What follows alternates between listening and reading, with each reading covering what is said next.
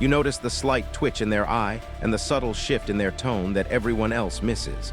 For the hyper-intelligent, social interaction is not natural. It is a relentless cognitive burden that triggers a constant state of fight or flight. Why does a brain capable of solving complex problems struggle to navigate a simple dinner party?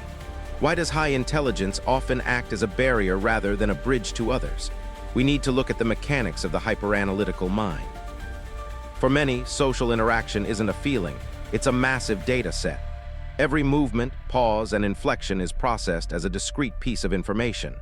The brain attempts to categorize every signal in real time. This constant monitoring of microexpressions leads to profound mental exhaustion. You aren't just listening to words, you are decoding 1,000 unspoken signals. It is a high-bandwidth task that few people ever perform. This level of processing power makes spontaneous conversation nearly impossible. By the time you have analyzed the context and the subtext, the moment has passed. You are stuck in a cycle of observation rather than participation. This isn't just social awkwardness. It is a fundamental difference in how information is ingested. When the brain works too hard to observe, it loses the ability to simply exist. This leads us to the second burden, prediction. A highly intelligent mind rarely lives in the present moment. Instead, it is constantly simulating future outcomes based on current data. You are living 3 steps ahead of the conversation. Socializing becomes a game of high-stakes chess. You are calculating how a specific comment might be received, how it might change the room's energy, and how you should respond. It is a relentless mental simulation. The problem is that these simulations often predict failure. You visualize a social faux pas or a moment of rejection before it even occurs. This mental rehearsal creates a physiological stress response. Your body reacts to the simulated threat as if it were actually happening. Adrenaline spikes and your heart rate climbs before you have even spoken a word. The anxiety is real, even if the threat is only a projection. Then there is the curse of high pattern recognition.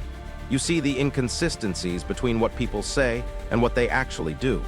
The gap between intention and action becomes glaringly obvious. Seeing too much can be incredibly isolating. You notice the hidden agendas, the forced politeness, and the subtle deceptions. It is difficult to feel safe in a world that feels fundamentally performative. This pattern recognition often turns inward as well.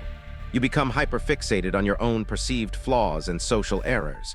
You analyze your own behavior with the same ruthless scrutiny you apply to the world. The more you see, the more you feel out of sync with the collective. This creates a sense of profound misalignment. It is the feeling of being a different kind of observer entirely. This misalignment leads to the isolation of intellectual mismatch. You crave deep, complex connections, but most social interactions remain surface level. The small talk that others find easy feels agonizingly hollow. To survive, many high-intelligence individuals resort to masking.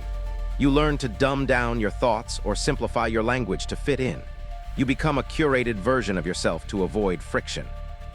But masking comes at a heavy psychological cost. While you may be accepted, you never feel truly known. You are successful at fitting in, but you are deeply lonely in the process.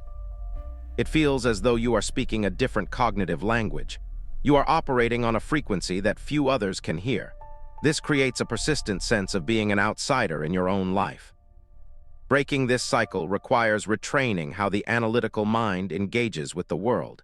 You must learn to ground yourself in the physical reality of the present. This means moving from simulation back to sensation. Practice radical presence over mental simulation. When you feel the urge to predict the next 10 moves, pull your focus back to the immediate environment. Notice the temperature, the texture, and the actual sounds. Shift your perspective on your intelligence. Instead of seeing it as a barrier to connection, view it as a tool for empathy. Use your ability to read patterns to understand others' needs, not just their flaws. Authentic connection happens when you stop analyzing the interaction and start experiencing it. The goal is not to be perfect, but to be present. Allow yourself the grace to be uncalculated. Here's something most people don't know. There is a documented link between high cognitive ability and overexcitabilities. This is a term used to describe how highly intelligent people often experience sensory and emotional stimuli much more intensely than others. High intelligence is not a defect, but it is a different way of being in the world. The anxiety you feel is often just your brain working overtime to navigate a complex reality. Don't let your mind become your prison. Use it to build deeper, more authentic bridges to the people around you.